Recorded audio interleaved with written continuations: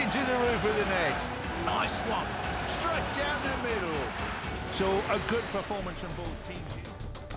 Hi and welcome to Firstpost. I'm Rupha Ramani here and I'm going to take you through what's lined up today. Let's get started.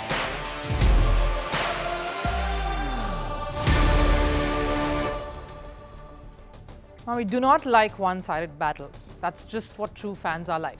Most of you will agree with me. We like a good contest, a fight amongst equals. But sometimes, just occasionally, a brutish display of strength and power is just as much a joy to watch. Like Mumbai last night at the IPL tournament in cricket, where they pulverized Bengaluru at home, despite the visitors showing some spirit. We speak of the theme of this win and what it does for the Mumbai Indians campaign. How was Hardik Pandya the captain? And why is Jasprit Bumrah the most impactful cricketer in world cricket today? Also, speaking of brutish display, one tennis player takes this quite literally. What has Russia's Daniil Medvedev done now? And we delve into the history of Medvedev's madness. And finally, Liverpool stumbles to a shock defeat at the hands of Atlanta. Can the Reds turn things around? And is Jurgen Klopp the best person to lead them on this near impossible mission of a treble? But first, Sports 360. Holger Rune had a hard-fought day at the Monte-Carlo Masters yesterday. Rune first defeated India's Sumit Nagal in a rain-delayed encounter that lasted 3 sets, 6-3, 3-6, 6-2. He then defeated Grigor Dimitrov 7-6, 3-6, 7-6 in a match that lasted 3 hours. The 88th Golf Masters teed off yesterday and got suspended due to bad weather. Play will resume with American Bryson DeChambeau in the lead.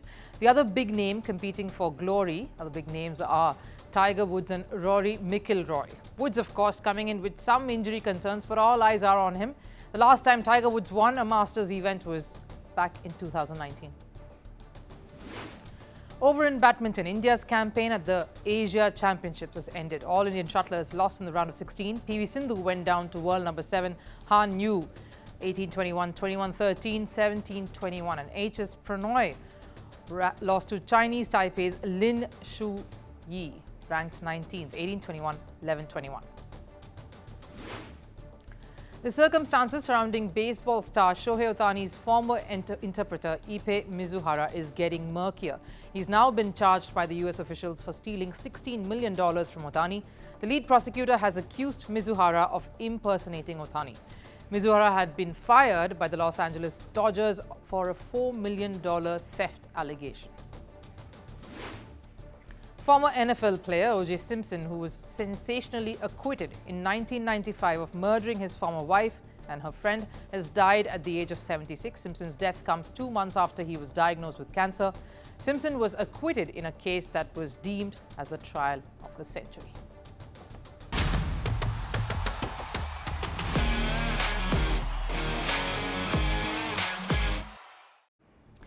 For Indian cricket fans, what is as good as watching MS Dhoni in a murderous mood with the bat? Well, what Mumbai franchise displayed last night, an absolute all-round power-packed performance. If Jasprit Bumrah's brilliant fifer was not enough, Ishan Kishan put on quite a show, and if that didn't do it, then you only had to wait to watch the histrionics of Suryakumar Yadav. There will be no words that will be apt enough to describe what he did last night. Mumbai showed why they are still a threat and a team to be taken seriously in this tournament. How can we talk about Mumbai and not mention the elephant in the room, Hardik Pandya? He looked sharp, in a very positive frame of mind, came out to bat, welcomed by boos. Yes, that's still not stopping, but silenced the crowd for sure with that first ball strike over the ropes. There was a general bounce to his stride. We will, of course, come back to more on him in just a bit, because I simply have to speak about Jasprit Bumrah up front. What a special bowler. When you probably are fooled into thinking that the biggest reason he is reaping the rewards being so clinical is his sheer talent alone, Bumrah gave you another reminder of what a brilliant mind is behind that sheer pace, precision and execution. Picking up 5 wickets on a day when 400 runs were scored, super performance. I am very happy with the outcome, but I will not say I had always thought of taking a fifer. Wicket was sticking in the first 10 overs. I observed that quickly and tried to use it to my advantage. One of those days where things went in my favor and catches went to hand. Very happy with the contribution. Of course, he's being a tad modest here, but when asked what it takes to be that specialist death bowler, a trait so rare, here's what he says. In this format, it's anyway very harsh on the bowlers, so you have to have all kinds of skills. I should have different options.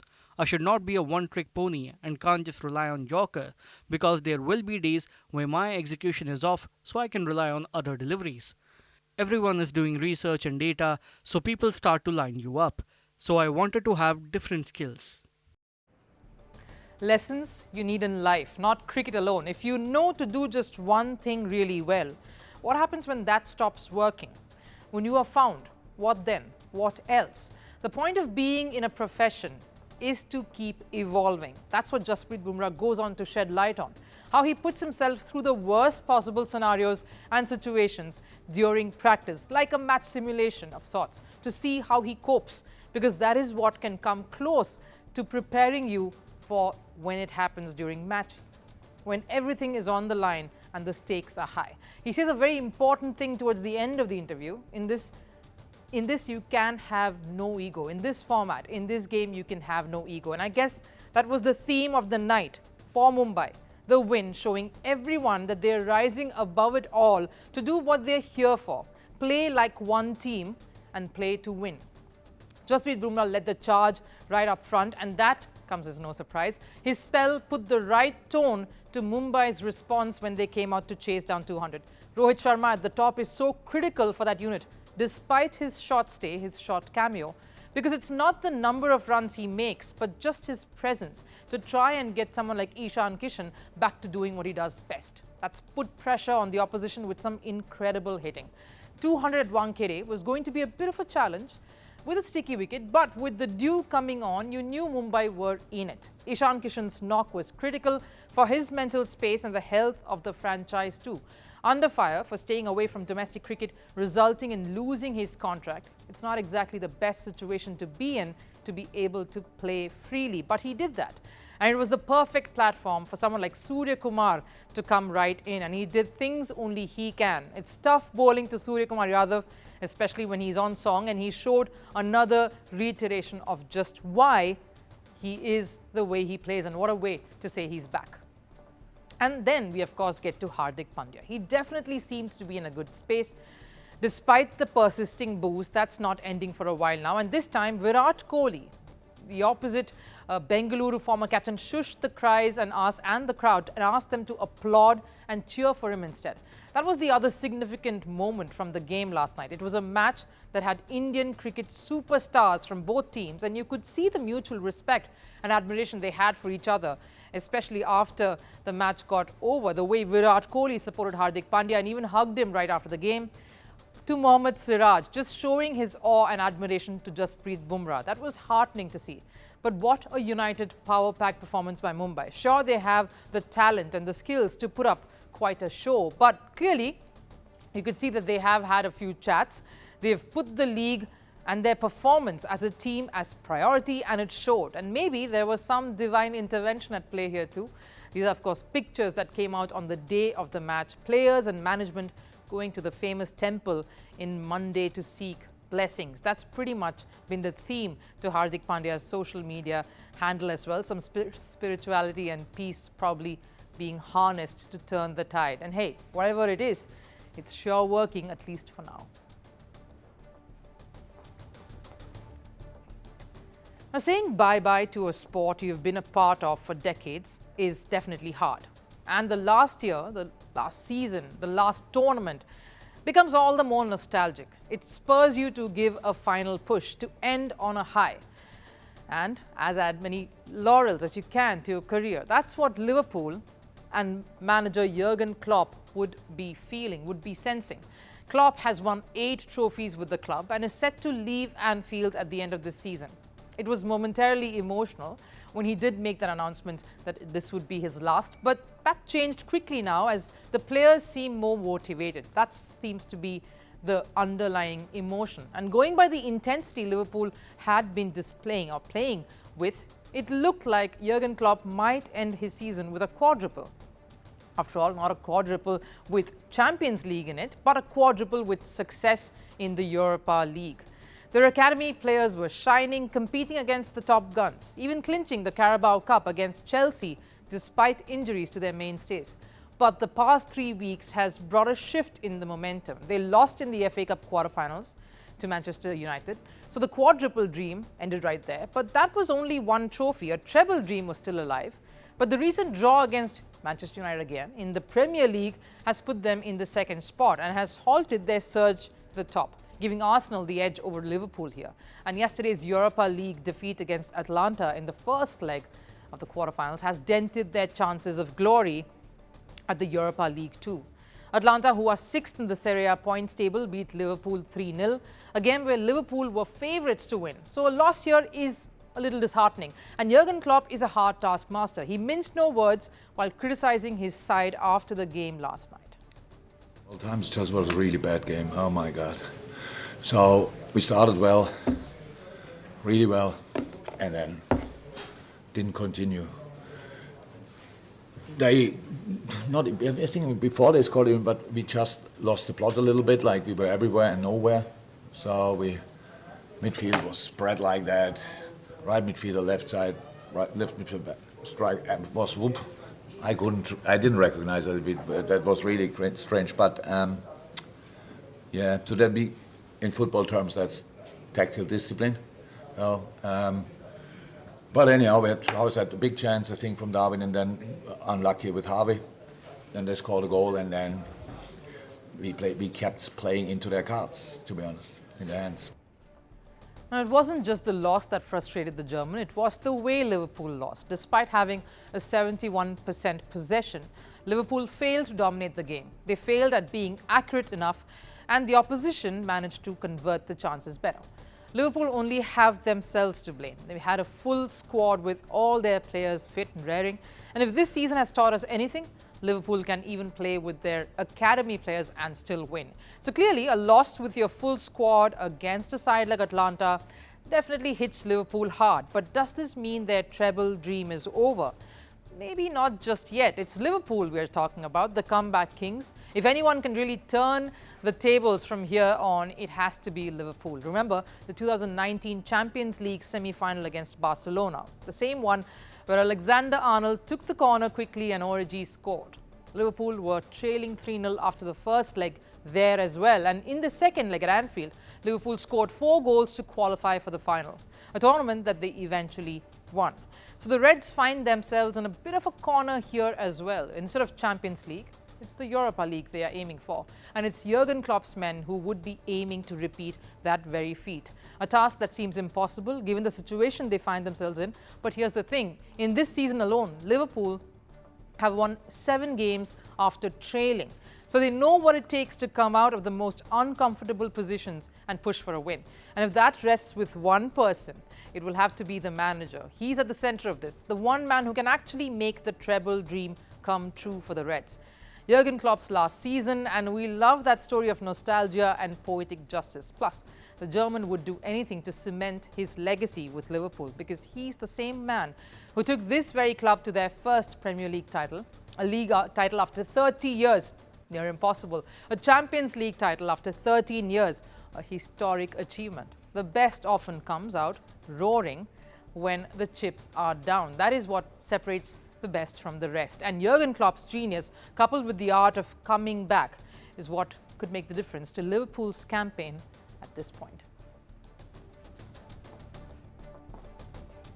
There is one tennis player who sort of stands out, Russia's Daniil Medvedev, not just for his quality of tennis, he's one of the best in the world and a very tenacious competitor, but his temper matches the speed of his shots. He's hot-headed.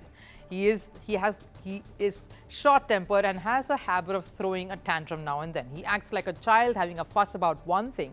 The referees and umpires fear him the most. Spectators love to watch a good show, so he's always a draw for his tennis and the extras that come with it. So great for the ratings and the sport. And recently, he got into a series of outbursts. Not one, but more than many at the Monte-Carlo Masters. No surprises for guessing he did not make it past the round of 16. Take a look.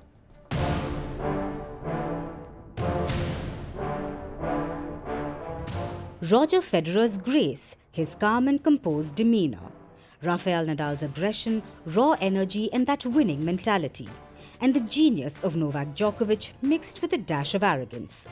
All a reflection of how modern-day tennis has evolved. The legends of the game symbolized different styles and yet made tennis popular in their own way as the decades wore on. And yes, it's great to celebrate and follow the champions of any sport. But any sport needs characters, players who bring that little extra to the game. And one such player in tennis is Russia's Daniil Medvedev. He's among the top 10 players in the world. But what has really made him a rather curious character has been his temper. Yes, of course, he's a Russian, that explains it. You expect a little extra from them always. They're feisty, talented superstars. But hey, come on, you'd correct me right away saying, but look at Maria Sharapova, all grace and charm. And she won a horde of tennis fans and Grand Slam events were sold out just to watch her. Well, I guess that's one common thread between Sharapova and Medvedev. You'd pay to watch them on and off the court. During the round of 16 game at Monte-Carlo Masters, Medvedev added another chapter into his tussles with officials. In the match against his compatriot Karen Khachanov, who probably knows Medvedev too well, Medvedev was involved in a heated exchange with an official. After losing the first set, Medvedev had an opportunity to bounce back in the second. He was up 5-4 in the second set but failed to break Khachanov's serve. And Medvedev started seething after he claimed an incorrect call from the line judge. He threw his racket in frustration and started arguing with the chair umpire Carlos Bernard. The matter didn't end there. Medvedev proceeded to rant at tennis official Cedric Mourier about the standard of umpiring in the tournament. It's this guy in the glasses. He doesn't need glasses because he doesn't see anything. He should not be a referee. It's in front of him. It's a slow ball, 15-30 and 5-all. He's a bad referee and he should be out of the referee circle. If you followed tennis, you surely have seen Medvedev get riled up. He's always scolding or ranting or venting about something that would have ticked him off. Just a day before, he had a foul-mouthed tirade over a few line calls during his match against Gael Monfils, where he stood like a petulant child as the chair umpire came over to coax him and tell him not to take it out on the line umpire. Temper tantrums and Medvedev are a match made in hell. During the 2022 Australian Open semi-final against Stefanos Tsitsipas, Medvedev lost his cool at the chair umpire too. Umpire Jaume Campistol issued a warning to Medvedev for obscenity. He had passed a comment on Tsitsipas' father. Angered by the warning, Medvedev started yelling at the match umpire. He was fined for his ranting. He ended up winning the match, and with that win, some sensibility dawned on him too. I regret it all the time because I don't think it's nice. I know that every referee is trying to do their best. I think if we look back at myself 5 years ago when I started playing, there was less attention on me. But I was just insanely crazy. So I do regret it 100%. But in the heat of the moment, I just lost it. I can get really emotional. I've been working on it. I guess it's a work in progress, alright, because Medvedev has not changed at all. The Russian continues to indulge in verbal quarrels. Often it's with the umpires. And yes, it did get a tad violent. During the 2020 ATP Cup when Russia was playing against Argentina, Medvedev hit the umpire Mohammad Lehani's chair twice with his racket. This happened after an argument with his opponent Diego Schwartzman. Medvedev was slapped with a code violation for unsportsperson-like conduct. Angered by this, Medvedev hit the umpire's chair. Clearly, Medvedev strikes fear not just in his opponents, but the umpires officiating in the match. Many have witnessed and been the butt of Medvedev's mad streak. Umpires first in target, opponents of course, and even fans. Yes, spectators can bear the brunt of his ill temper too. Who can forget Medvedev calling a spectator at the US Open stupid on camera?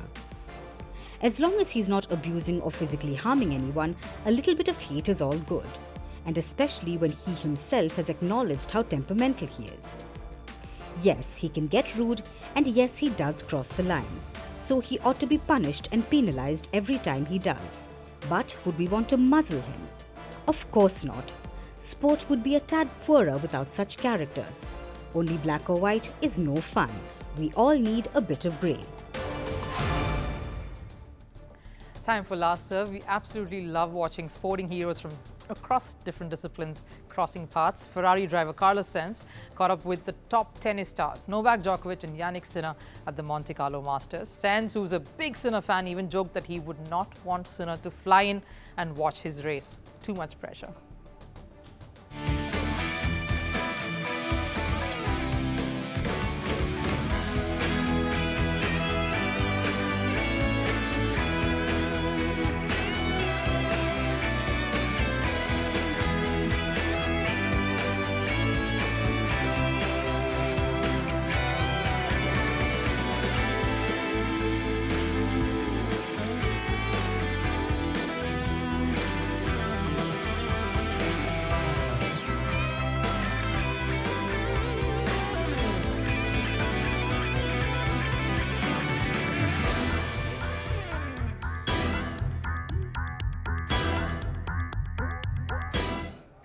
That wraps up First Sports here for us. Of course, enjoy a great weekend. I'll see you again on Monday. Till then, take care.